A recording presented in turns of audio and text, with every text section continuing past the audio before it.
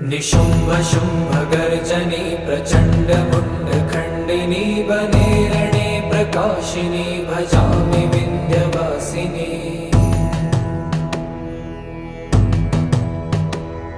त्रिशूलमुण्डधारिणी धराविघातहारिणी गृहे गृहे निवासिनी भजामि विन्ध्यवासिनी।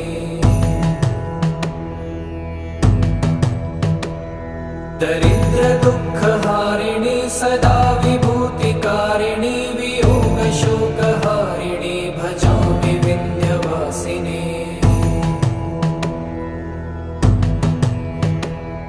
लसत्सुलोललोचनं लतासनं वरप्रदं कपालशूलं